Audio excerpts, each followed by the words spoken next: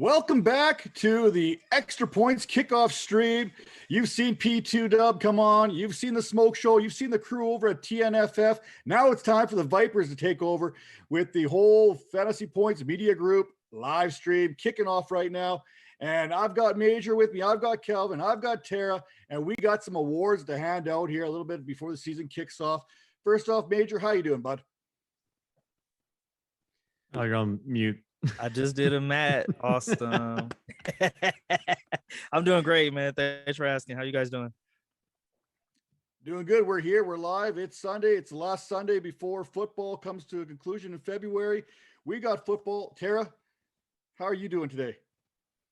I'm doing fantastic. I'm really happy to be here with you guys tonight. I'm pulling like triple duty. I'm on mom duty tonight and then on best ball duty on my phone. So I'm trying not to auto draft, but you guys have most of my attention. I'm here.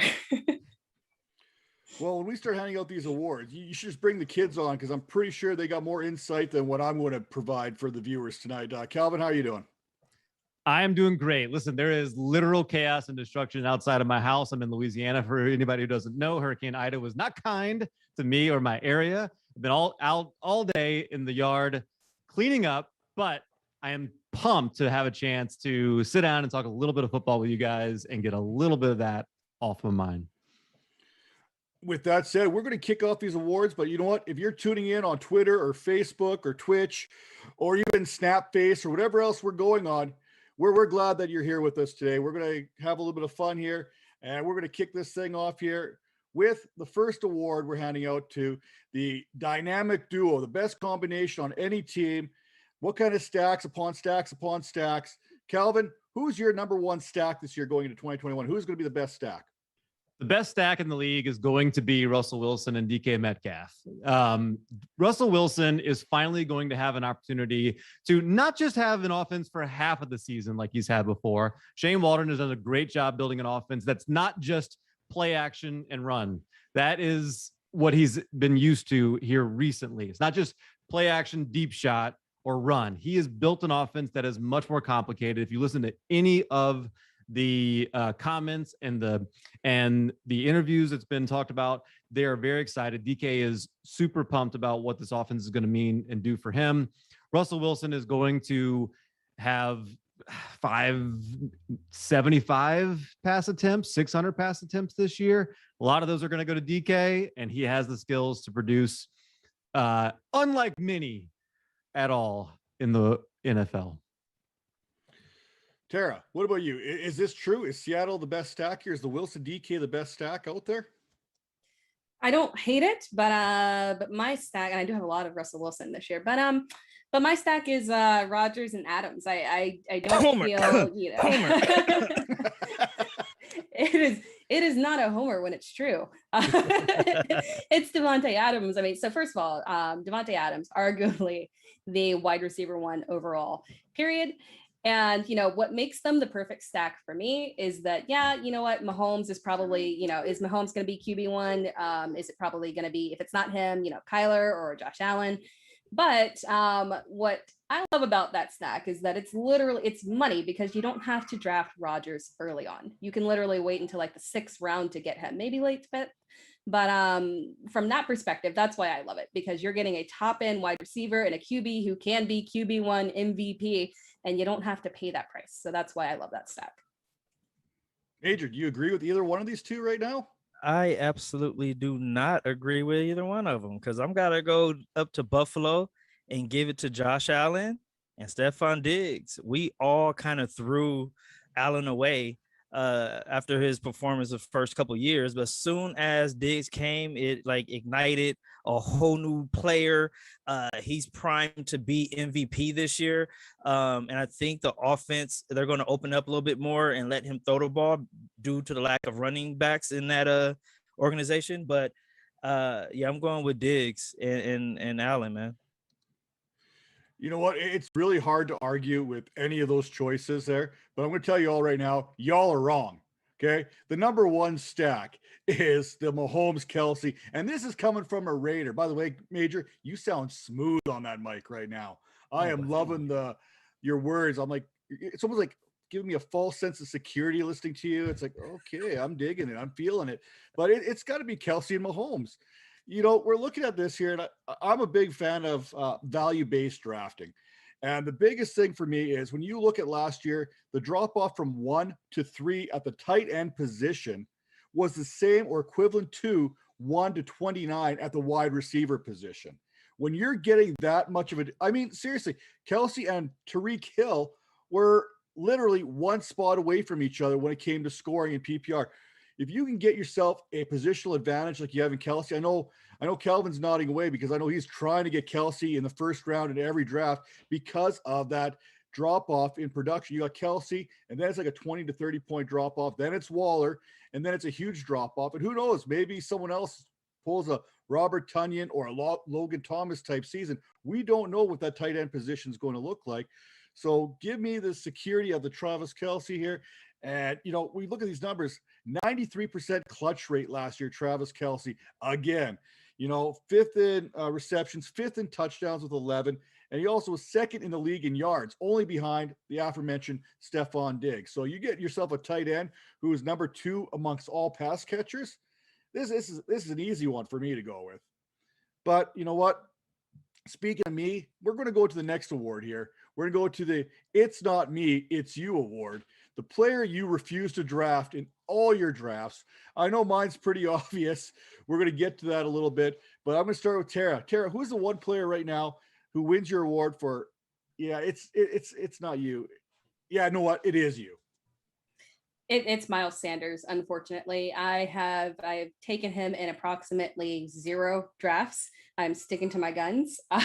It gets tough when he falls low, but my problem with Miles Sanders is I have a hard time believing that he's going to get the production to be an RB1. And even when I'm looking at RB2, I just feel like where he's going around his ADP, there's just better value there. I prefer guys like David Montgomery, Chris Carson. I would even be tempted to take a little DeAndre Swift because while, there's a little bit of concern, there's a better chance of upside. And I just don't see a lot of upside with Miles Sanders. I worry about just the philosophy of the organization as a whole. He's very talented. We've seen greatness out of him, but I just don't think it's in him to maintain consistency throughout the season. So how far does Miles Sanders have to drop for you to take him? I mentioned I'm in the middle of a best ball. I'm probably like right on the clock now. And he fell to where people were trying to decide between him and Mike Davis. That's how he fell. So yeah. Well, so yeah. We know how Calvin feels about Mike Davis. Why take Mike Davis or anyone when you get Calvin Ridley in the second? Apparently that kind of stuff takes off on Twitter. Just throwing it back out there. The next thing you'll see me do is light myself on fire and see if I can get 5 likes for it. But Our fearless leader. Don't think I won't do it either. Major, Matt, what about my you? favorite person in the world, man. Don't do it, Matt. Don't do it. It's not worth it. I'm just saying, dude, you're my favorite person, man. But yeah, I'm gonna go with any Cowboy player. I don't put emotion into fantasy sports at all, but growing up a Niners fan, I just have not found it in my soul to draft one of these guys, even though they have CD Lamb, they have Elliott, they have all the players you want, anybody you want. They have a great team. They're going to put up numbers, but it's not you, it's your Dallas. Like I can't do it. So where would one of these guys have to drop for you to consider taking them? Are you like, if Amari Cooper drops to like the 6th round, would you take Amari Cooper? No, I just don't. I don't do it. I don't mess with Dallas players. I don't know why. They'll let you down every time. And plus they have the star on the helmet. Don't like them. All right. So you hear it. Major's taking Mike Davis over Ezekiel Elliott. Calvin, who's the one player that you refuse to take? Well, if you're unfortunate enough to follow me on Twitter at all today and seen my name come up, it was probably arguing with people about TJ Hawkinson, who I am absolutely out on at ADP. He could finish as a top 5 tight end. Top 5. That sounds really good. And still be a complete bust at ADP because he's 100 points worse than Darren Waller last year, 137 points worse than Kelsey last year. And he's being taken in round 5. He was 2 points a game better than Jonnu Smith last year, who was the tight end 16. I am not spending a 5th round pick on sleeper, which Deontay Johnson is going below him. No way. Are you kidding me? Deontay Johnson, Chase Claypool, T. Higgins, those guys are all going below him on sleeper. They're almost any other pick you make is way more likely to give you an advantage and help you win your league. TJ Hawkinson is not it. Yeah, no, he had me out with the hair. That hair, I can't trust the guy. He looks like he's up to no good. He looks like a rascal. You know, I can't get behind him. But another guy I can't get behind, and anyone who follows me knows this is where it's at. It's never Sammy Watkins. I don't care if I'm in the 40th round of a draft. It's never Sammy Watkins. That said, it's week 1. Sammy's going to go off.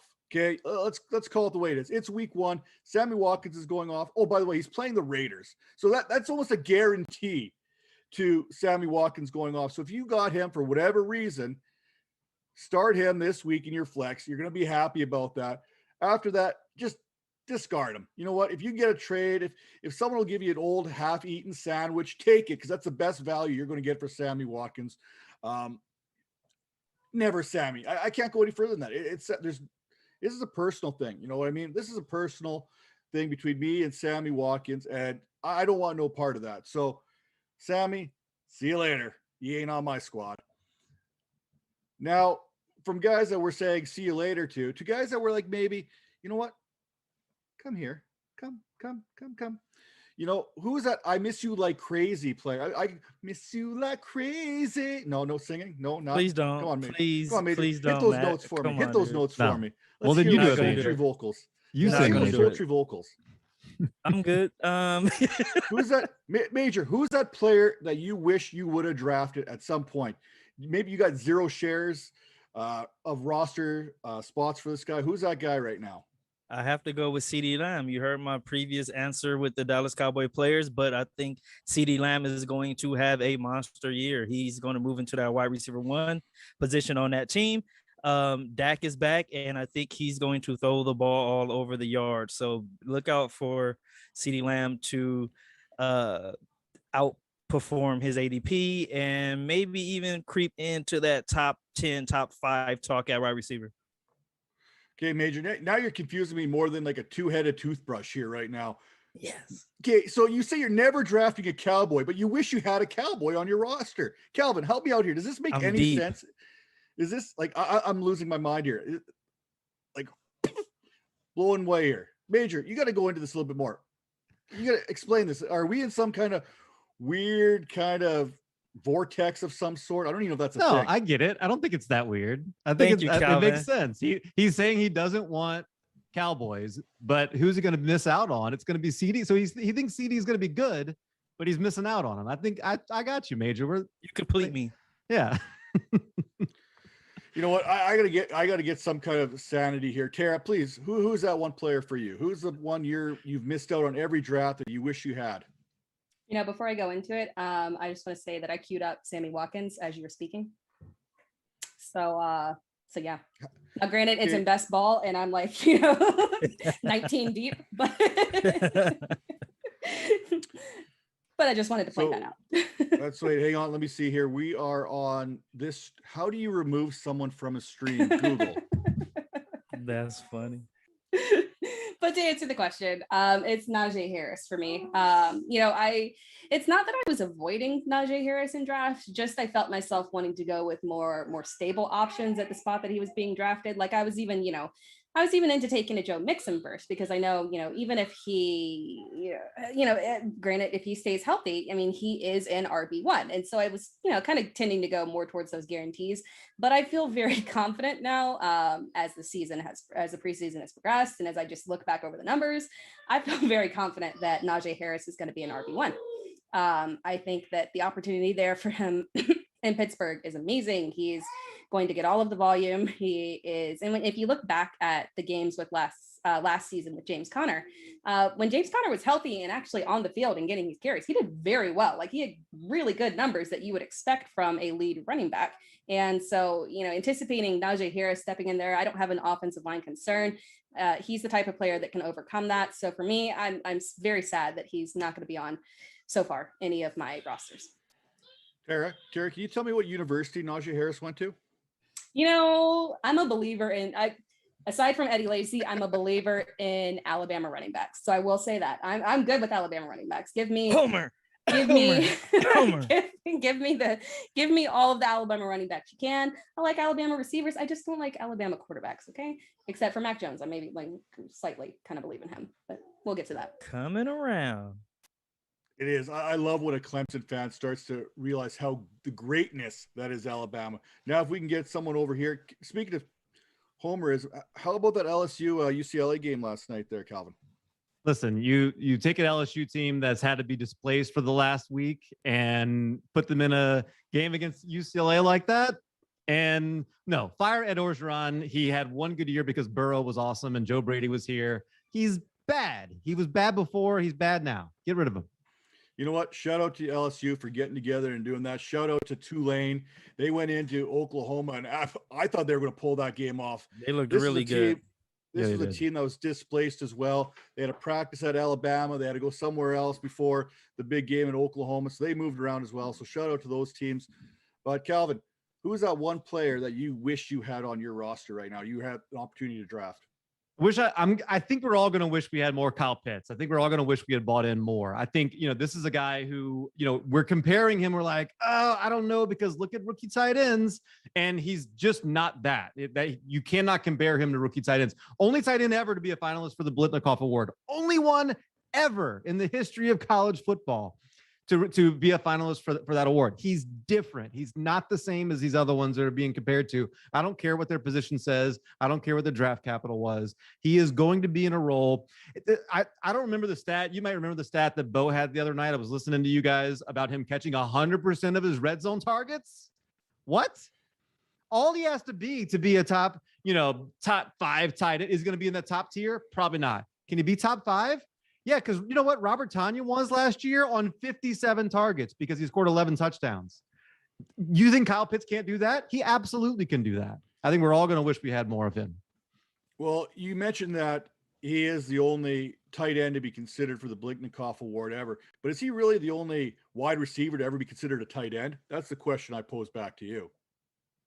Because I don't see him as a tight end. Really, he's got that designation, but the dude's a wide receiver. I think he's 6'4", the biggest wingspan we've ever seen. I think second it's biggest. Equal to, is it DK Metcalf that's got the largest? It's Mo Alley Cox. Mo Alley Cox, the former basketball player. We know how that rolls. There's plenty of them going on, but you know what I mean? This guy he's a freak of nature. 6'4", 240, runs a 4.44. Those are not tight end numbers. I don't care who you are. Even considering guys like Darren Waller are tight ends, a bit of a stretch, but it makes a little more sense. But let's be honest, that tight end position is kind of turning into a weapon position. You know what I mean? Jamal Adams didn't want to be called a safety. He wanted to be called a weapon when he did his contract negotiation. That's what a lot of these tight ends are leaning towards. Now, for me, it didn't matter which draft I got in, what draft slot I got. I could be the number 4 pick overall, and Aaron Jones would go number 3. He's that one guy, my white whale, so to speak, that I missed on in every single draft that I wish I could have got. I love everything. I think this Aaron Rodgers petty revenge tour is going to be something to bestow. It's going to be fun to watch all year. I think Randall Cobb hits 1,000 yards and 10 touchdowns. Okay, maybe not that crazy, but I think Aaron Rodgers is going to force feed everyone around there. That's including Aaron Jones in the passing game. Look out. This is a guy I'm going to miss all season long and have some deep-rooted regrets, no matter what. I tried to get him in every first round. It was like, if I picked 8, he'd go 7. If I picked 12, he went 11. It didn't matter. It just, the way the board always felt, he never came to me, and that was absolutely devastating for me going into the season. Now, we go from that, and ready, Major? Don't go breaking my heart. Come on, your turn. Don't go breaking my heart. I don't know the words. I'm sorry, dude. I couldn't if I tried. No, we're not going to go there. Okay, well, the next award is... I tried, bro. Sorry. I appreciate that. I'm going to queue up Kelvin for the next one. But the Don't Go Breaking My Heart Most Likely to Bust Award. Now, Tara, we're going to kick off with you here. Who is that player that's most likely to bust in 2021?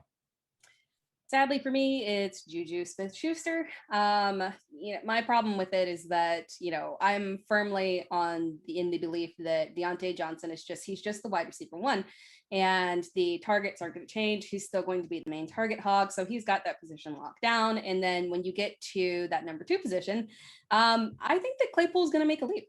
I think he's going to make a leap in his second year. A lot of times we forget, for a rookie, he was fairly productive. We were looking at, Justin Jefferson last year, and we forget that Claypool looked fairly good. So if Claypool stays healthy, plays a full season, I really do feel like he's going to step into that wide receiver 2 role, be dominant with touchdowns. And unfortunately, I think that's going to leave Juju out in the cold a little bit. I mentioned before that I am a big believer in the fact that they are going to aggressively run the ball with Najee as well. So there's going to be more offense that goes through the ground. And I just don't think that it's going to pan out for Juju.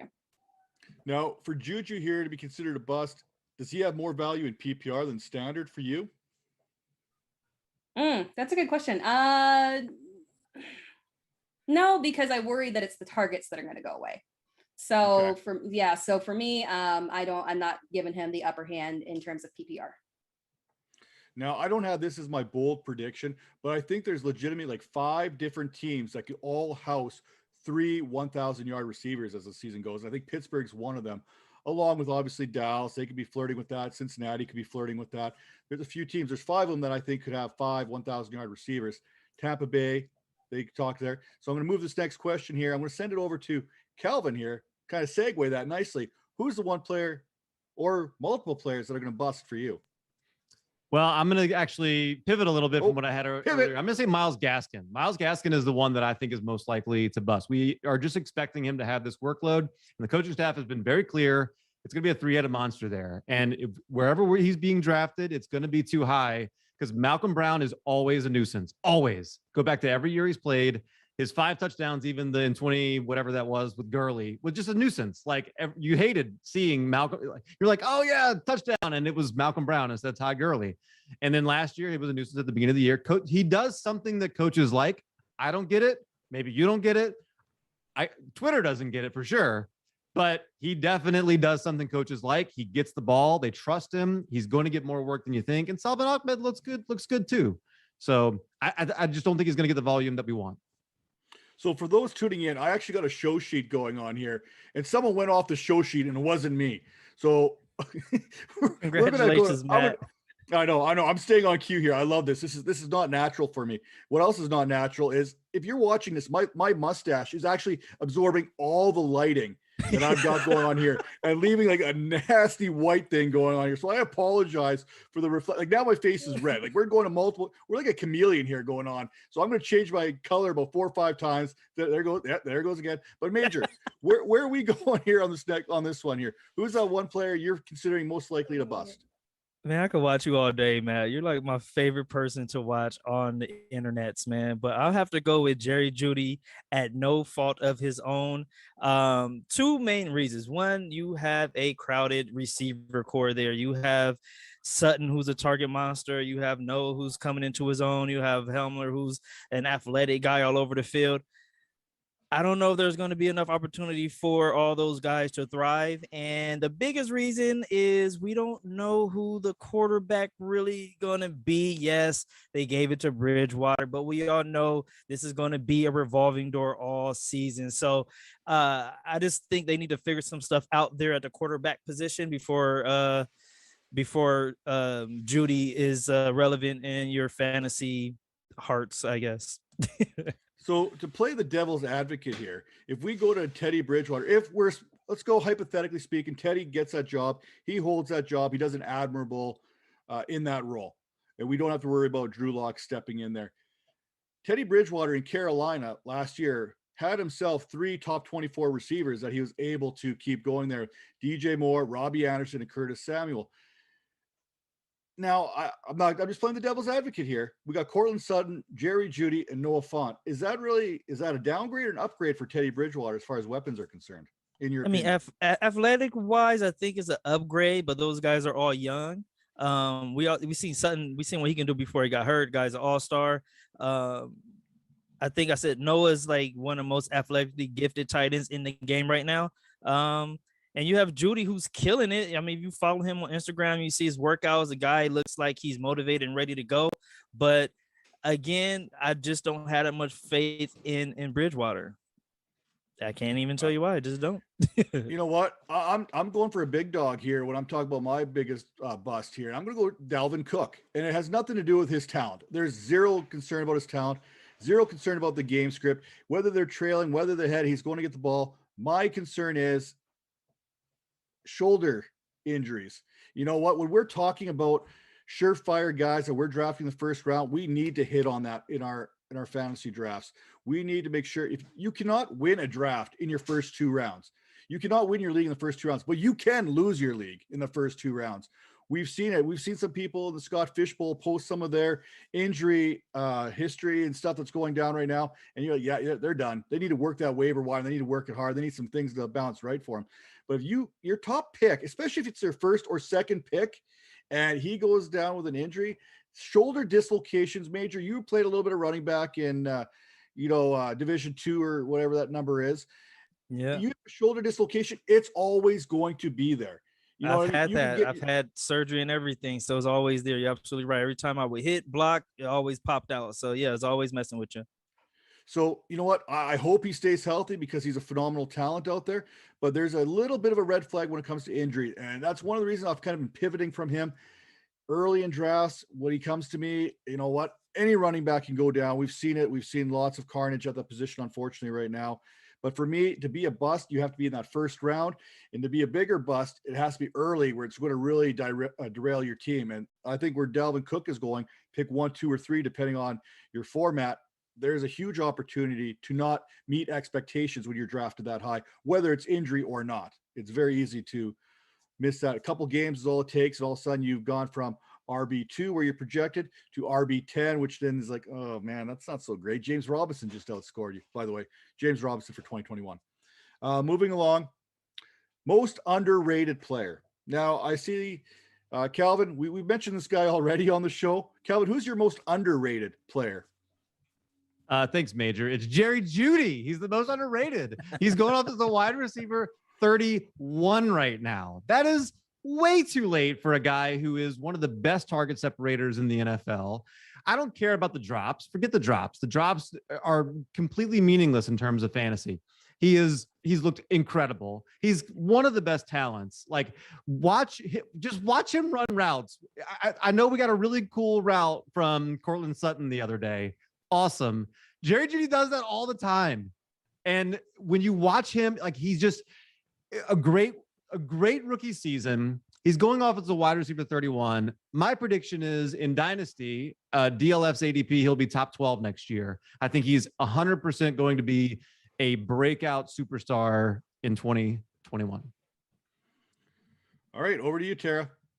Agree, disagree, or is there someone else you were looking at? For me, it is actually David Montgomery.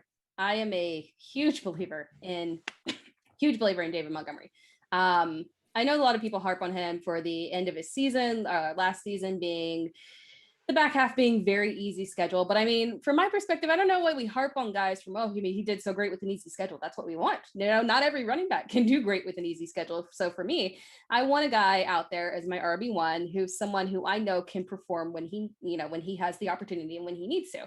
And, I know we hear a lot of, maybe we shouldn't trust Matt Nagy as much as we should trust maybe other coaches in terms of what they say, but it sounds like they really do actually believe in David Montgomery. He's not somewhere out there where his coaches are talking about hot hand and, we're going to work in multiple guys and A back, B back. No, they believe in David Montgomery. And, Tariq Cohen is still coming off of that ACL injury. It doesn't sound like he's going to start at the beginning of the season. I'm not a huge believer that Damian Williams is going to make a big impact. So for me, I feel very confident as David Montgomery is my RB2. I like that. I'm a big fan of David Montgomery. Everyone knows me. I'm Team Monty. But we got the Bayou Ball Slinger. Major, who you got? I'm going to go with Jameis Winston. Yes, don't kill me, everybody. I know he threw 30 interceptions. I get it. But he can't do it again, right? So I'm going to have to lean on him, and they're going to be throwing the ball all over the field again because that's just the offense they run down there. And let me tell you a story about a guy named Drew Brees. He was out of Cali. People thought he was a disappointment, really wasn't doing anything with his career, and he went to NO, and what happened? He becomes one of the greatest quarterbacks of all time. Can this happen with Jameis? I think so. With a question mark, but yeah, I'm big on James this year, especially at his ADP. Can you sub video someone that, because that feels like a subtweet, except the guy you're subtweeting is like right below you on the video right now. The answer here is another Cali guy out of USC playing for the Rams, Robert Woods. When will we start putting a little respect on his name? He is, I have him as my like wide receiver 13. He's going to push it there. We talk about guys who could be that Stephon Diggs type receiver who makes that jump into the top 2 or 3. Why not Robert Woods? Everything there in California is lining up for him. He's got himself a nice new quarterback there, Matt Stafford, who's a huge upgrade on Jared Goff, no matter how you look at it. Cooper Kupp is still there. They got Deshaun Jackson there stretching the field for 3 games. This is a good fit. It really is. I really like Robert Woods. I think he's underrated. He's one of those guys we don't talk about nearly enough in the league, as much as he's earned everything. He's been darn near 1,000-yard receiver 3 straight years. Last year, I think was the 1 year he did, but it was Jared Goff was horrible. Let's be honest. That was maybe the worst Jared Goff we've ever seen. So my most underrated player for 2021 who's going to show up and show out is going to be Robert Woods. Now, I'm going to kick off this next topic here. I ain't done yet. It's the oldie but goodie, someone reliable. And I put a little bit of an asterisk on it because Tom Brady is like a cheat code here. We know what Tom Brady's going to do. I don't want to get into that. Plus, I don't like talking about Tom Brady. It's one of those things. It was a fumble. It was not the tuck rule. It was a fumble. Anyway, my oldie but goodie is the bearded warrior himself, Ryan Fitzpatrick.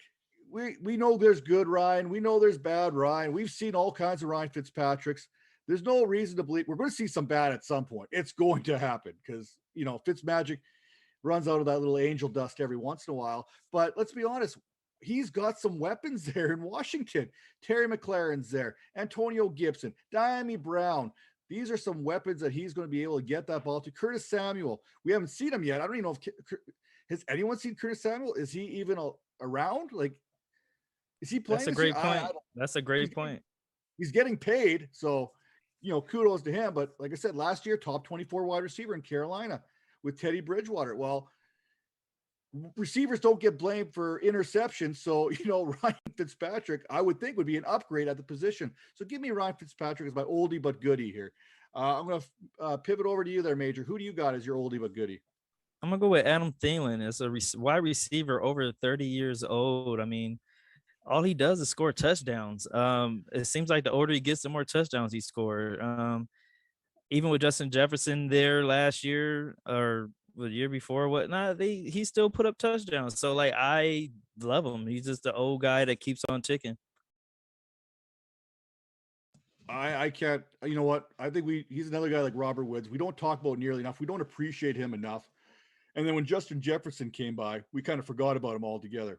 Who's another guy for you, Tara, that, he's getting up there in age, but we're expecting a big season out of him this year?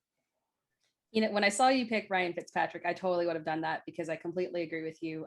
He is, he's one of my favorite people to watch in the NFL period, just because I loves gunslingers, but he's just a fun guy and you never know what you're going to get. But I think we're going to get a lot of good games out of him this season. But if not Ryan Fitzpatrick, then my guy is it's Ben Roethlisberger. I don't know why we write him off a lot. I know there was the injury, not last year, but the year before, that took him out and kind of made people, skeptical.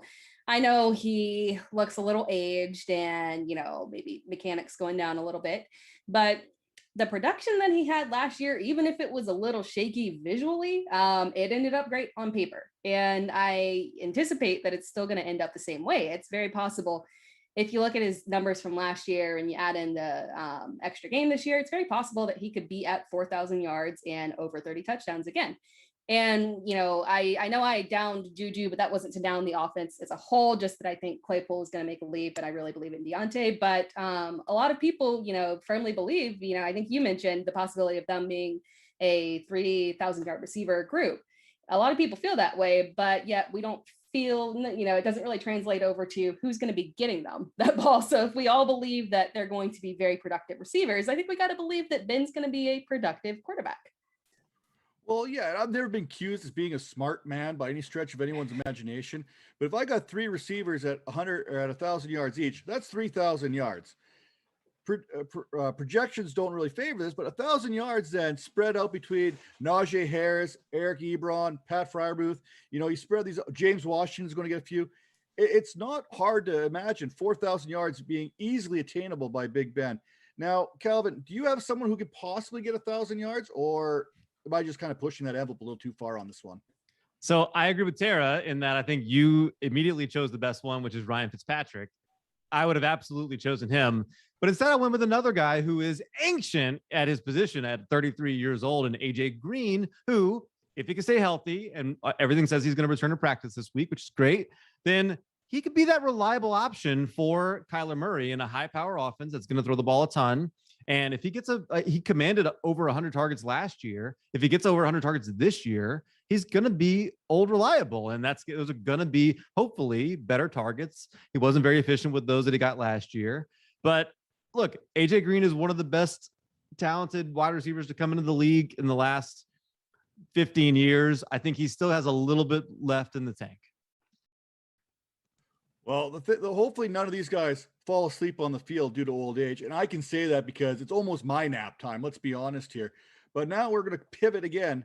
Pivot's one of our favorite words on the show, in case you haven't figured it out. And so is fact. Don't fact check me. So we're going to pivot into the sleeper of the year. And you know what, Calvin, since you're already on the topic, who's your sleeper of the year? I'll go with the man most responsible for giving Jameis Winston that starting job in New Orleans, and Marquez Callaway making circus catches.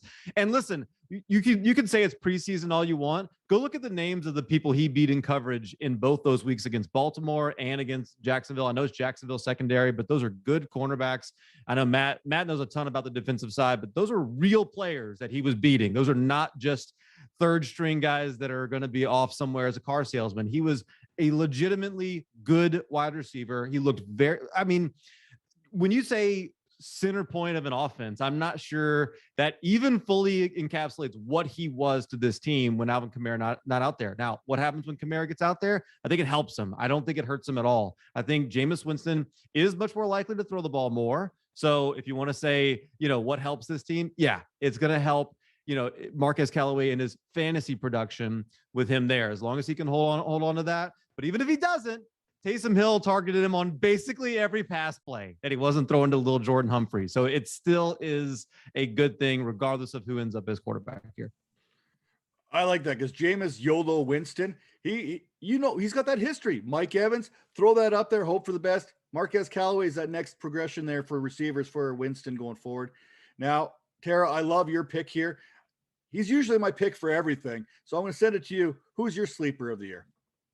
It's Corey Davis. It's Corey Davis. I think that a lot of people, so first of all, when he got that contract, I think his, ADP shot through the roof. And then people got a little disillusioned with him when Elijah Moore started showing out in training camp, and we were getting like, oh my God, amazing catch by Elijah Moore. Oh, it's fantastic.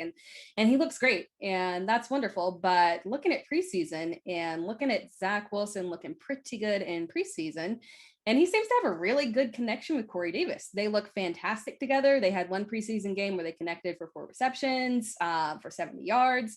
I think he's really going to rely on Corey Davis. And I think, when you look at where Corey Davis is being drafted, it's an absolute steal. So I'm scooping him up wherever I can. He's really going to play out well throughout the season. Everyone knows it's always Corey Davis season. It is. It always is. You know what? I'm looking at all these sleepers across our board, and I love them all. You know what? These are guys I'm always trying to get. These are my guys that somehow end up on Calvin's roster that he tries to sell back to me a little bit later at an upticket price. Calvin knows exactly. He just posted it again, so he knows exactly who he's got, who my guys are. Major, who's your sleeper this year? And I love it, by the way. My favorite player in this draft was Ramondre Stevenson.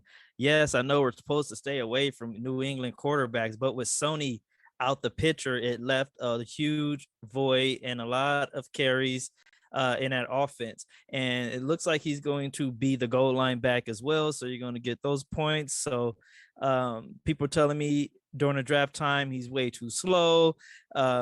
He will never be able to break off a long run in the NFL. And what's the first thing he does? He breaks off a 91-yard run in the preseason. I've been on this guy since his junior college days. He's just one of my favorite running backs. Hopefully it does translate, but I'm looking for big things from Stevenson. I would agree. I think the biggest winner of Cam Newton being released from the Patriots is Ramondre Stevenson. Everyone wants to give Damian Harris a bump up. I think it's Stevenson. I think Stevenson is the new Cam Newton when it comes to this offense. I think he's going to be that short yardage guy. I think a la LeGarrette Blount years ago, maybe not quite 20 touchdowns, but I mean, he's definitely going to have I think he's going to have a flex value. I'm going to wait a couple weeks to see how that plays out, but I think he's going to be one of those guys. And one of my guys, and I'm not going to go a whole show without talking about a wide receiver that's going at about wide receiver 54. He's going 134 off the board. Darnell Mooney. Man, do I love him. It don't matter if it's Andy Dalton. It doesn't matter if it's Justin Fields. Anything he's going to get is going to be an upgrade on Trubisky. Let's be honest. You see the Twitter highlights when he turned Jalen Ramsey inside out. There's players that are going right now. I'm looking at the ADP. He is going behind, or he's going in between Marvin Jones and Devontae Parker. He's going behind Henry Ruggs. He's going behind Hollywood Brown, Michael Gallup, Mecole Hardman, Marquez Callaway. I will take Darnell Mooney over all those guys right now. So that's my sleeper of the year. I can't believe he's still a sleeper. I can't believe we're still talking about this as a sleeper. I wrote about this guy back in March, not being a sleeper, and he's still a sleeper. Maybe I'm wrong, but I doubt it. Even if I am wrong, I'm going to deny. So we're cutting on close here. What else do we got here? Super sleeper. We're going to skip this category. We'll just kind of go through it real quick here. Calvin, you had Jordan Akins as your super sleeper. Just give me a couple words on Jordan Akins here. Why should we believe him? I know you did an article on him. Tyrod Taylor and David Culley have worked together before, head coach of the Texans and the starting quarterback. When they did, it was in Buffalo, and the number two target getter in that offense was the tight end. What was his name? Charles Clay. Jordan Akins is better than Charles Clay. He'll be a high volume option for the Texans. Tara, you seem like you're a house divided here on this one. Paris Campbell, Tyrell Williams. Where are we going here with the super sleeper? We'll go with Tyrell. Paris was because of the T.Y. Hilton injury. But for Tyrell, I feel very confident that it's looking like he's going to be that wide receiver one. And I understand that it's not going to be we don't believe it's going to be a fantastic offense, and we don't really believe a lot in Jared Goff, but they're going to have to throw the ball. And it can't all be targets to, the pass catching back DeAndre Swift. So I think it's a really good chance that Williams actually does very well and maybe has a little bit of that Marvin Jones magic that we saw last year. I absolutely love that. Someone's going to have it. Tyrell Williams has performed that way. He did it. And we've seen it in spurts in Los Angeles with the Chargers. We've seen it in spurts with the Raiders. I think it was Oakland at the time. Over to you, Major. Who's your super sleeper? I got Sony Michelle. Like, the guy is on a team that's very running back dependent, and he's the most talented of that pack, even though it's probably going to be a bit of a committee, but I think talent wins out at the end of the day. He's on sleeper. He's like running back 62-ish around there. He can actually finish in the top 15. The guy has a lot of talent if he can stay healthy. And we touched on this guy earlier. I kind of went off a little bit on Major, piggybacking off him. It's Ramondre Stevenson for me. He's my super sleeper. He's coming in late. Everything I said earlier still holds true. Now, rookie of the year for fantasy football. Calvin, who is your fantasy football rookie of the year? Trey Lance. I think as soon as he gets the starting job in San Francisco, it's wheels up. Look at what Kyle Shanahan was able to do with Jimmy Garoppolo. Now you get the easiest schedule for quarterbacks, according to Fantasy Pros, and you're going to get Trey Lance at quarterback. He is going to be a cheat code. And in the playoffs, it's Atlanta, it's Tennessee, and it's Houston. That is a fantastic playoff. Tara, who do you got? Insert Alabama joke from Matt here. I've got Jalen Waddle. I think, when you look at the three, he's the clear number one for me, in my opinion. I believe in the talent of Will Fuller. It's just is going to be there consistently throughout the year. I'm not a huge believer in Devontae Parker, and Waddle has crept up there, and he seems like he's going to have the opportunity to be that number one guy. They're going to try and pass the ball more this year to try and help out Tua, and there's already that connection there. I really like the odds that Waddle is going to show up and show out. It's going to be a good year for him. Can I get a synchronized roll tide from Tara and Major? Major, who do you got? I have Najee Harris. I think that guy is going to get the ball on every single play. If Big Ben's not checking it down to him, he's going to be running behind that big line. But I don't know. He's going to be the guy. There's nothing else I can say about it. He's the whole offense, and Big Ben is going to look good at the beginning of the season, but towards midseason, that arm is going to start looking more like a noodle, and you're going to have to hand the ball off to Harris. So he's going to have a lot of targets. So I'm big on him. And my rookie of the year is going to be Zach Wilson. Who am I to argue with Tony Romo? The dude's way smarter than I'll ever be. Maybe not as good looking, but he's way smarter for sure. Now, we talked about Corey Davis up earlier. Jamison Crowder's still there. Elijah Moore is there. Game script is going to be there. Ty Johnson's going to factor into this. Yes, Calvin, I wanted to make sure I got Ty Johnson in there as well. But Zach Wilson for me is my rookie of the year. Now, I think Calvin kind of took the easy route out here of comeback player of the year. I didn't designate any special thing like I did with Tom Brady, but Calvin, who is your comeback player of the year? It's the only person I'm taking ahead of Travis Kelce in drafts. It's Christian McCaffrey. He is also one of those cheat codes at running back in drafts. You're taking him number one. You know what? There's really not much to say. We could talk about him all day. We have a whole show devoted to CMC, but from CMC up to MC, Major, who do you got? Matt, you're the best, dude. I have Carson Wentz.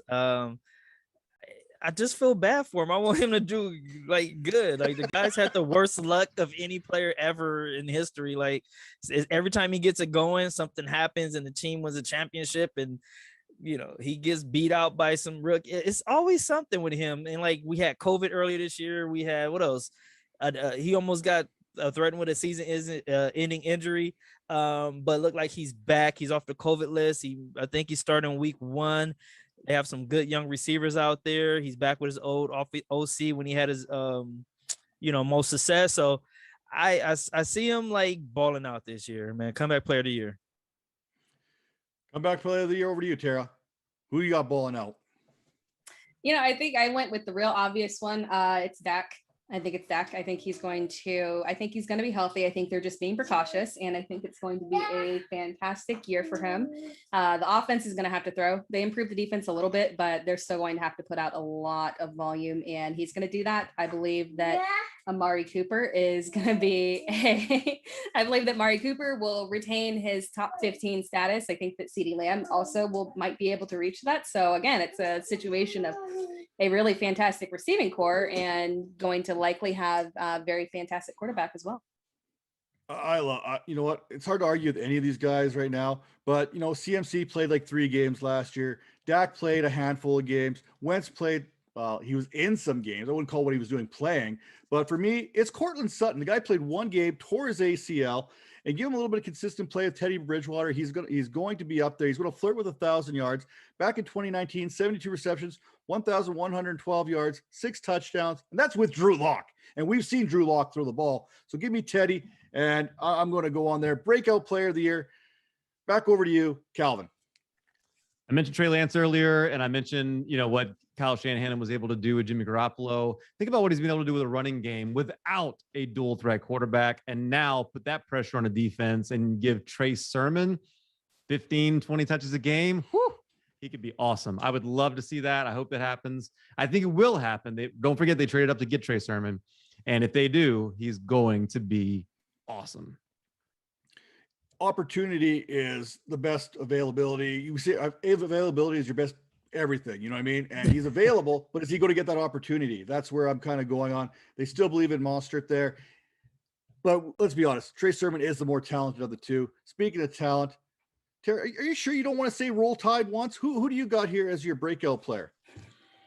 You know what? I'm I starting to pick told up a you I pattern. was. I told you I was 100. Well, Travis Etienne can't be on my list. Don't rub it in. Yeah, it's it's Damian Harris. Contrary to what you guys were saying earlier about Ramondre Stevenson, who I do like, and I do, have hidden away in a taxi somewhere, a roster taxi, not a real taxi. Damian Harris, I think, is going to have a fantastic year. If you look at, I was, the Sony Michel trade, fantastic. And then I was waiting on that, that situation with Cam and Mac Jones, and it went in the exact direction that I was thinking it would. And I've been really big on Damian Harris for months now. He's someone who I think, if you look at his stats from last year, he was always one touchdown away. He had any time that he got, a significant amount of carries, he did fantastic. He has great yards per carry, around 5 or so. And, they were very respectable performances. He just needed those goal line opportunities that Cam unfortunately took away. And while I do think, Ramondre Stevenson might get a little bit of play, Bill Belichick is not going to put in a rookie running back every single time at the goal line. So while he will get some play, there'll be enough opportunity there. The majority of the opportunity will go to Damian Harris, and that's what he needed to be able to take himself to that next level. I feel very comfortable with him as my RB2. Major, real quick, who do you got? Yeah, I'm going Paris Campbell. Like, Carson Wentz needs to throw the ball to someone. I was big on Paris even before the Ty injury, but now Ty looked like he may be gone for a bit. It's the Paris Campbell show. I'm all in. And for me, give me a running back with 3 straight 700-yard seasons, 3 straight years of 5 yards per carry. You could book Gus Edwards in right now for 1,200 yards and 10 touchdowns. He's my breakout.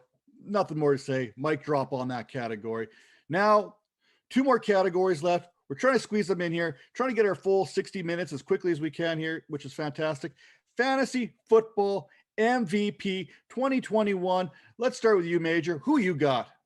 Going with Justin Herbert, the Cali kid. Ooh, that's spicy. Nice hair. The guy is going to throw the ball everywhere. He's going to be the man. He's going to be on posters. He's going to be on Witty Box. He's going to be on everything. Get him wherever you can. I was Boy, that comment about the hair kind of felt like a subtweet to me as well. Tara, who do you got winning MVP this year?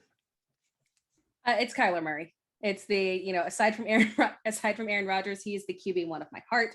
I think that he's fantastic. And if you look at where he finished last year, you got to keep in mind, man, he finished off the season, unfortunately, playing through a shoulder injury that he shouldn't have played through, but they were trying to make the playoffs. And so he was good enough to get in there, but not good enough to perform at his peak level. If he had played those games healthy, he arguably could have been QB1. It's a real possibility. And, I'm very confident that he's going to be in the top 3 again. I really, really love him. The wide receiver core that they have there that you guys have talked so wonderfully about, DeAndre Hopkins, my Clemson guy. So yeah, it's a total package for me. Great situation. And then Calvin, who do you got? Who's your MVP? It's all about the Konami code for me. And when you can, after the 100th pick, you can get a guy like Jalen Hurts, who, if you take his 4 games and you put it over 16, he would have had the most rush attempts, over 1,000 yards and 12 touchdowns last year on the ground. That's not even talking about his passing. He's the MVP. And for me, it's Alvin Kamara. You talk about cheat codes. RB1 last year, 25.2 points per game. With Michael Thomas, 18.6. Without him, 30.8. Huge split difference. Goes from 3.8 receptions per game up to 7 without Michael Thomas. Asterisk, Jameis Winston has to be the quarterback to make this happen. And then our final thing. We want to leave you all with something bold, something spicy. Here is our bold takes before we sign off. Calvin, what is your bold take? Nick Chubb, 2,000 yards, best offensive line in football. Let's go. Over to you, Tara. Aaron Jones, RB1. Book it. Most underrated running back in the game. He will be RB1. Major, hit me with something spicy. Jameis Winston, MVP. Google's how to kick someone out of Zoom. Okay, I should have this on auto here. And mine, you know what? Let's get spicy here. Let's head back to New England. Jacoby Myers finishes the season top 12 in receptions and targets and gives you that wide receiver 2 value that you're looking for, getting drafted at wide receiver 60. There you have it. I'm going to put him on the block right now, Matt. Make sure you respond. You'll be sending me some kind of huge markup and offer there. But you know what? Huge shout out, Fantasy Points, bringing us in here, letting us do our thing. Go get that subscription right now. 21 Vipers 10. Get that subscription. Get 10% off. Win your league. This site, you're going to want to get in there, get on it. And you know what? The tools here are second to none. For Major, for Calvin, for Tara, for myself, this is the Vipercast with the Fantasy Points Media Group, and we're out of here.